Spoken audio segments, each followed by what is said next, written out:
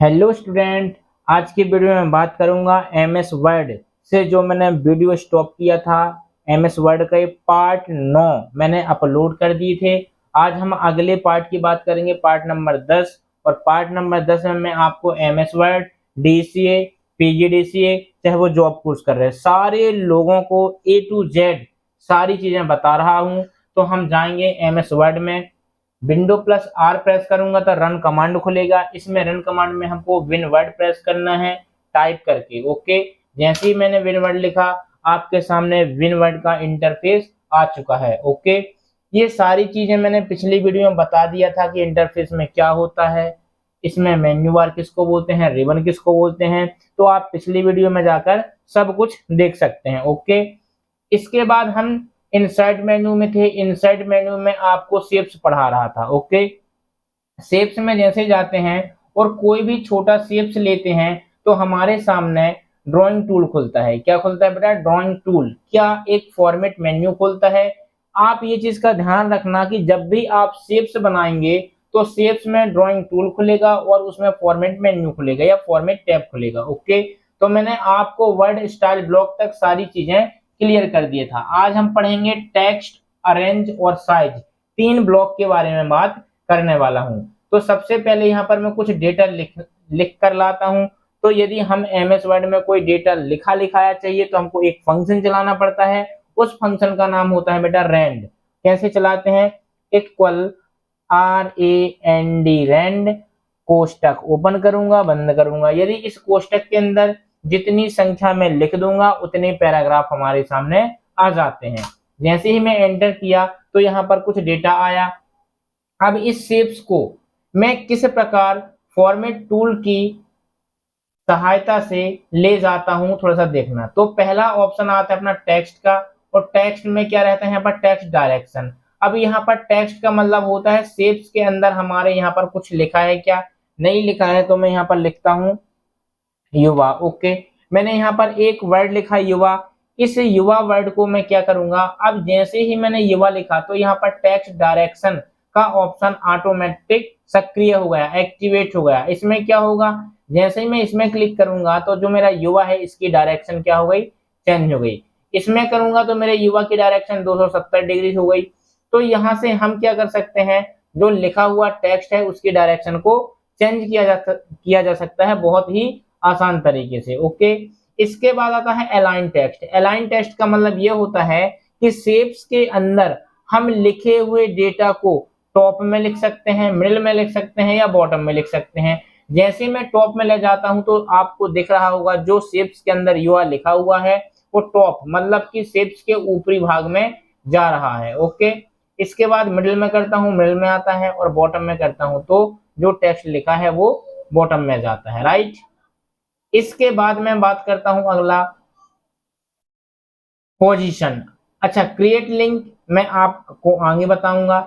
इसके बाद अगले ब्लॉक का नाम है अरेंज ब्लॉक। अरेंज ब्लॉक में हमको पोजीशन, पोजीशन का मतलब क्या होता है, जो हमारा शेप्स होता है इस शेप्स की पोजीशन हमको कैसे रखना होता है।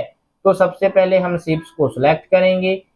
ओके, इसके बाद इसका साइज थोड़ा सा छोटा करेंगे। मैं फॉर्मेट में जाता हूँ, पोजीशन में जाता हूँ।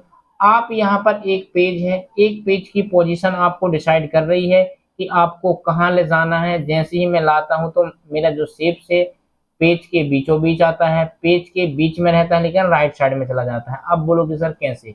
तो इसका जूम मैं कंट्रोल दबा के रखूंगा और स्क्रॉल बार करूंगा। यहाँ से पेज का जूम कम हो चुका है। ओके, अब मेरा ये क्या है, शेप से मैं जाता हूँ पोजीशन में। यदि टॉप में ले जाता हूँ तो टॉप सेंटर में चला गया, टॉप राइट में चला गया। शेप्स मतलब जहां पर मैं अपना कर्सर ले जाता हूँ आपका शेप उसी तरह से आता है और जाता है। राइट, इसके बाद मैं कंट्रोल के साथ इसको बड़ा कर लेता हूँ, पेज जूम कर लेता हूँ।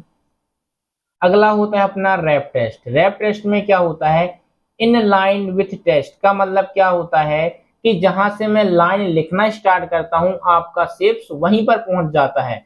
आपका शेप पेज में कहीं पर भी हो उससे कोई फर्क नहीं पड़ता है, लेकिन जैसे ही मैं इन लाइन विथ टेस्ट में लेके आऊंगा तो पैराग्राफ की फर्स्ट लाइन में आपका शेप्स पहुंच जाता है। ओके, इसके बाद स्क्वायर, स्क्वायर में क्या होता है कि जहां पर मेरा शेप्स होता है उसके चारों साइड जो टेक्स्ट की दूरी होती है वो स्क्वायर रूप में आपको आ जाती है। जहां पर भी आप शेप्स लगाओगे तो टेक्स्ट और शेप्स के बीच की दूरी में आपको जो ब्लैंक स्थान दिख रहा है वो एक स्क्वायर रूप में दिख रहा होगा। ओके, इसके बाद टाइट थोड़ा सा डिफरेंट होता है, टॉप बॉटम में ले चलते हैं। तो क्या होता है कि जहां मेरा शेप्स होता है उसके टॉप मतलब ऊपर के साइड भी डेटा होता है और नीचे के साइड भी डेटा होता है, इसको बोलते हैं टॉप बॉटम, राइट। इसके बाद चलते हैं बिहाइंड टेक्स्ट। बिहाइंड टेक्स्ट का मतलब क्या होता है, शेप्स के पीछे जो मेरे टेक्स्ट लिखे हुए हैं, अब शेप्स दिखेगा लेकिन शेप्स के पीछे जो डेटा है वो डेटा हाइड नहीं होगा। ओके, कंट्रोल जेड से मैं वापस आता हूं और यदि मैं शेप्स को यहां पर रखता हूं, अब यदि मैं अगला ऑप्शन चलाता हूं, अगले ऑप्शन का नाम क्या है, इन फ्रंट ऑफ टेक्स्ट का मतलब क्या होता है, यदि मैं इन फ्रंट ऑफ टेक्स्ट रखूंगा तो जो भी मेरा डेटा लिखा है उसके ऊपर शेप्स आ जाएगा और पीछे का डेटा हाइड हो जाता है, इसको बोलते हैं in front of text, right. तो इतने सारे मैंने ऑप्शन बताया। एक ऑप्शन और है एडिट रेप पॉइंट। इसका मतलब क्या होता है, आप यहाँ पर क्लिक करोगे, यदि हम इस पॉइंट को थोड़ा सा बढ़ाएंगे तो देखो ऑटोमेटिक डेटा एडजस्ट हो रहा है, राइट। तो इसको बोलते हैं एडिट रेप पॉइंट। इसके बाद ये सारी ऑप्शन फिनिश होते हैं। इसके बाद मैं बात करता हूँ अगले ब्लॉक का जिसका नाम है अरेंज। अरेंज ही चल रहा है, हाँ, राइट। इसके बाद अगला ऑप्शन क्या है मेरा, बिहाइंड फॉर्मेट।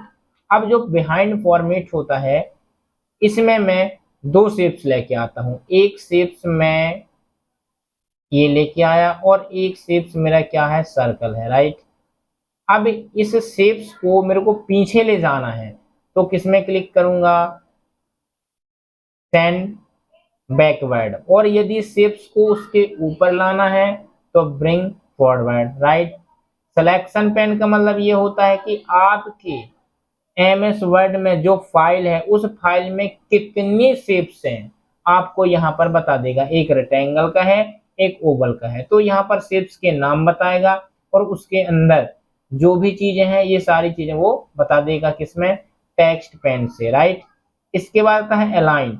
अलाइन का मतलब ये होता है कि आप इस पेज, पूरे पेज में शेप्स को लेफ्ट में रखना चाहते हैं, राइट में रखना चाहते हैं, टॉप में रखना चाहते हैं, ये सारा आपको अलाइन के माध्यम से पता चलेगा। लेफ्ट, इसमें क्लिक किया, पेज के लेफ्ट साइड आ गया।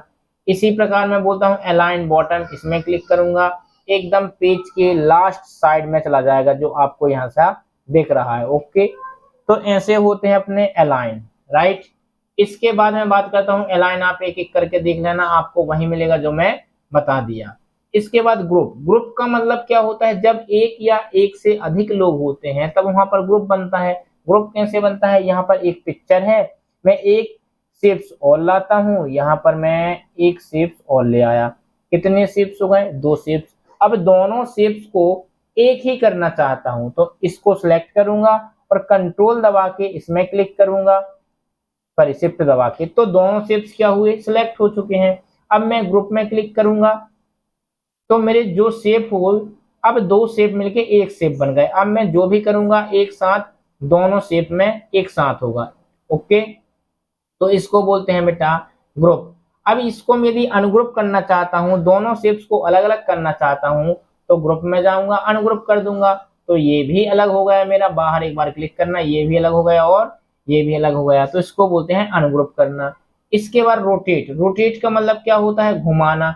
ये देखिए आपको ये घूम रहा है शेप्स, यदि इस शेप्स में क्लियर पता नहीं चल रहा तो दूसरा शेप्स लेते हैं हम, यहाँ से एक शेप्स लिया।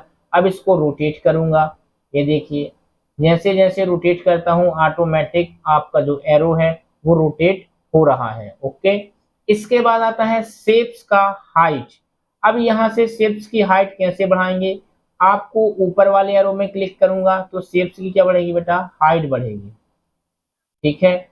और इसमें क्लिक करूंगा तो क्या होगा, इसकी जो हाइट है वो कम होगी। ओके, इसके बाद शेप्स विड्थ, इससे क्या होता है, इससे चौड़ाई बढ़ती है और इससे चौड़ाई घटती है। वो आपके अकॉर्डिंग है, यहाँ पर एरो है तो ज़्यादा आपको क्लियर समझ में आ नहीं रहा है। इसमें क्लिक करता हूँ तो आपकी क्या हाइट बढ़ रही है वो आपको दिख रहा है। इससे क्या होगा, हाइट छोटी होगी, राइट। इससे क्या होगा, अपनी चौड़ाई बढ़ेगी जो आपको दिख रहा है।